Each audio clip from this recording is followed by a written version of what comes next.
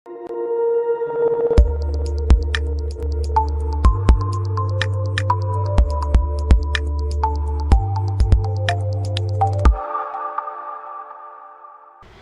all, welcome to School Guru Learning App.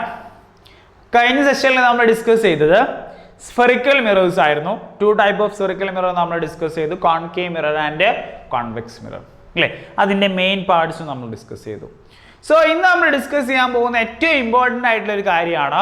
നമ്മൾ പറഞ്ഞു ഇതിൽ ഏറ്റവും ഇമ്പോർട്ടൻ്റ് ആയിട്ടുള്ള കാര്യം നമ്മൾ formation of images in A spherical mirror ആണ്.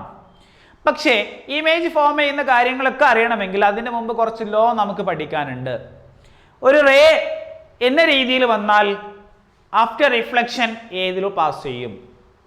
ഈ കാര്യങ്ങളൊക്കെ അറിഞ്ഞാലേ നമുക്ക് എന്ത് ചെയ്യാൻ പറ്റുള്ളൂ, ഒരു റേ ഡയഗ്രം നമുക്ക് എന്ത് ചെയ്യാൻ പറ്റുള്ളൂ, വരക്കാൻ പറ്റുള്ളൂ. സോ ആ കാര്യങ്ങൾ മാത്രമാണ് നമ്മൾ എന്ത് ചെയ്യുന്നത് ഈ ഒരു സെഷനിൽ പറയാൻ പോകുന്നത്. അപ്പൊ ശ്രദ്ധിച്ചിരുന്ന വളരെ സിമ്പിൾ ആയിട്ടുള്ള കാര്യമാണ്. നോക്കടാ, ഫസ്റ്റ് ലോ പറയുന്നത്, ഞാൻ ഇവിടെ കോൺകേവിന്റെ കേസും പറയുന്നുണ്ട്, കോൺവെക്സിന്റെ കേസും പറയുന്നുണ്ട്. ഓക്കെ അല്ലേ? നമുക്ക് മിറേഴ്സിൽ ഏറ്റവും ഇമ്പോർട്ടൻ്റ് ആയിട്ടുള്ള കോൺകേവ് മിറർ ആണ്. ഏറ്റവും കൂടുതൽ ഡയഗ്രാംസ് നമുക്ക് പഠിക്കാനുള്ളത് കോൺകേവ് മിററിന്റെ ഇമേജ് ഫോർമേഷൻ ആണ്. കോൺവെക്സ് മിററിന്റെ 2 ആൻഡ് കോൺകേവ് മിറർ 6. ഓക്കെ, അപ്പോൾ ടോട്ടൽ 8 ഡയഗ്രാംസ് നമുക്ക് പഠിക്കാനുണ്ട്. അപ്പോൾ ഇവിടെ ശ്രദ്ധിച്ചോ, ഫസ്റ്റ് വൺ ഒരു കോൺകേവ് മിറർ ഞാൻ ഇവിടെ വെച്ചിട്ടുണ്ട്. A ray of light coming parallel to the principal axis.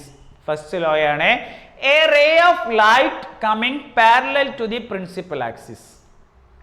A ray of light coming parallel to the principal axis. After reflection it goes through the focus. So this one is the first one. എന്താ പറഞ്ഞത്? എൻ്റെ കൂടെ പറഞ്ഞു നോക്കൂ.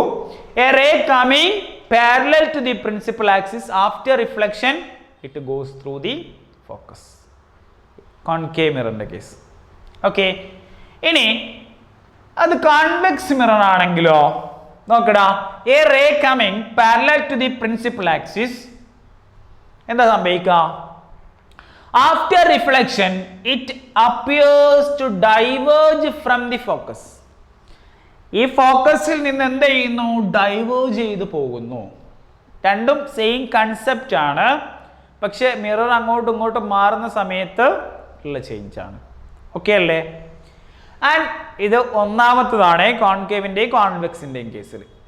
And the second one നമ്മൾ പറയുന്നത് നമ്മൾ ആദ്യം പഠിച്ചതിൻ്റെ നേരെ ഓപ്പോസിറ്റ് ലോയാണ്. എന്തായിരിക്കും അപ്പോൾ? ആദ്യം നമ്മൾ പഠിച്ചത് എന്താ?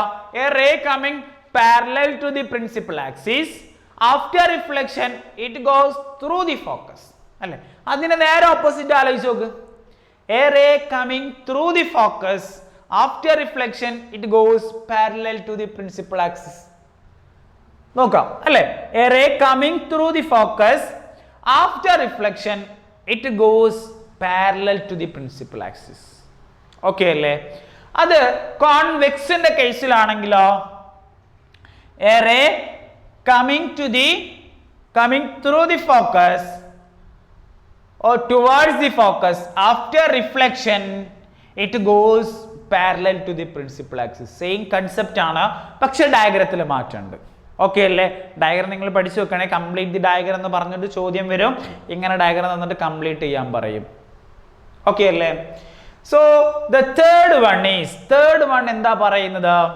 A ray coming through the center of curvature. എവിടെയാ വരുന്നേ? A ray coming through the center of curvature, after reflection it goes return in the same path. എങ്ങനെ പോകും? വന്ന അതേ പാത്തിലൂടെ എന്ത് ചെയ്യും? തിരിച്ചു പോകും. സെന്റർ ഓഫ് കർവേച്ചറിലൂടെ എങ്ങനെ വന്നു? തിരിച്ച് അങ്ങനെ തന്നെ പോകും. അത് ഇനി ഇങ്ങനെയാണ് വന്നെങ്കിലോ, സെന്റർ ഓഫ് കർവേച്ചറിലൂടെ ഇങ്ങനെയാണ് വന്നെങ്കിലോ തിരിച്ചെന്ത് ചെയ്യും?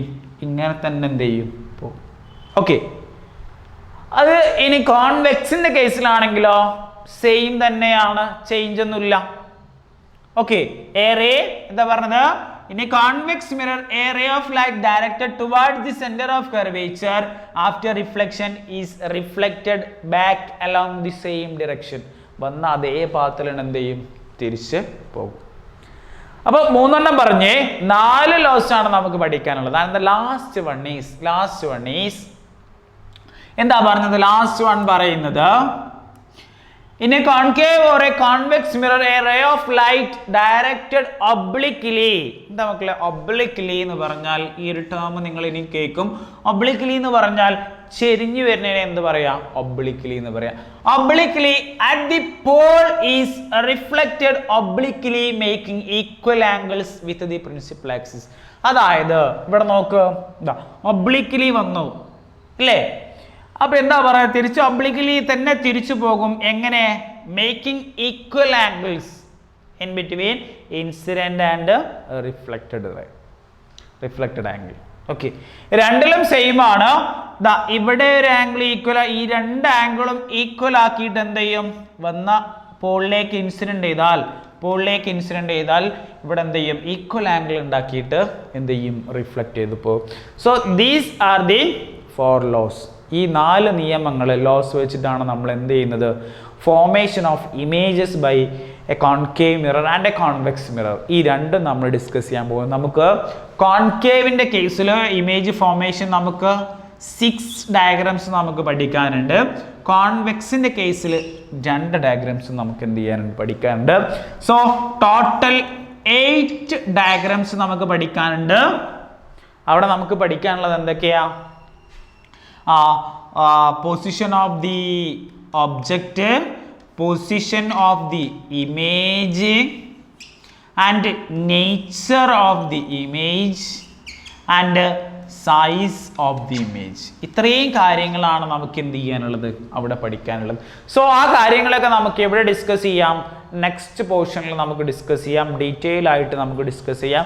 സോ വളരെ സിമ്പിൾ ആയിട്ടുള്ള ചെറിയൊരു പോർഷൻ മാത്രമാണ് എന്ത് ചെയ്തത് ഞാൻ ഈ ഒരു സെഷനിൽ ഡിസ്കസ് ചെയ്തത്. സോ ഇത് നിങ്ങൾ അറിഞ്ഞിരിക്കൽ നിർബന്ധമാണ്. ഇതറിയാമെങ്കിലേ നമുക്ക് എന്ത് ചെയ്യുള്ളൂ? റേ ഡയഗ്രാംസ് നമുക്ക് വരയ്ക്കുമ്പോൾ ഈസി ആയിട്ട് വരുള്ളൂ. സോ അതുമായിട്ട് നെക്സ്റ്റ് ക്ലാസ്സിൽ കാണാം. Okay, thank you, bye bye.